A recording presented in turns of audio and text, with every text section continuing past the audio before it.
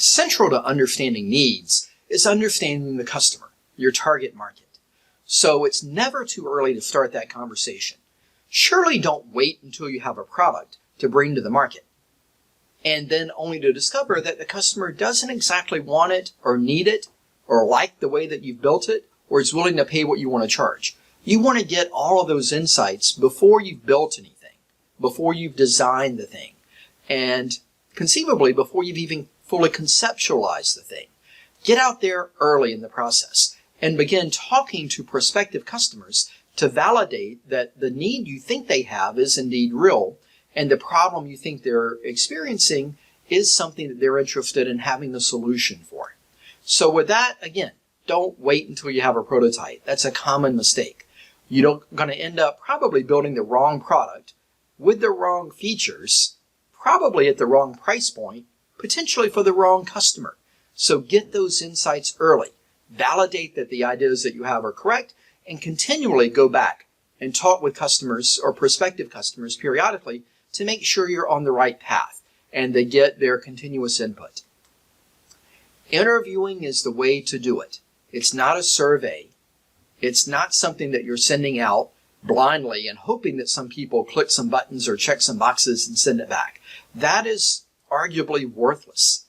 What you need to do is interviews. You want to sit down in front of somebody face to face for a half hour, maybe more, and talk about what it is that you are interested in understanding from them. The problem, how they might solve that problem, what their interests might be in seeking new solutions for that problem.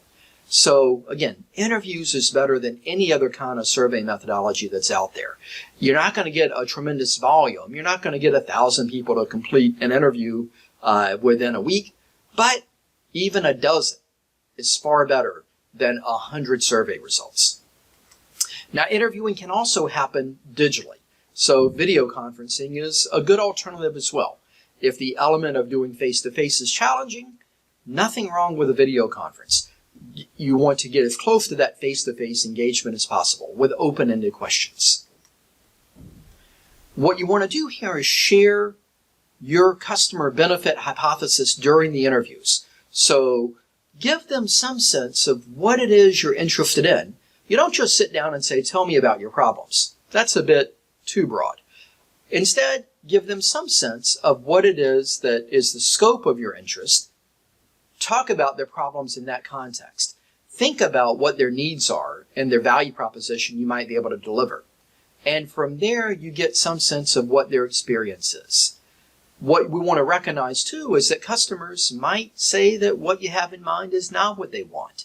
And that's why the why questions matter. So it's not just a yes or no. It's not just to check the box. It's why or why not. And it's very discovery driven.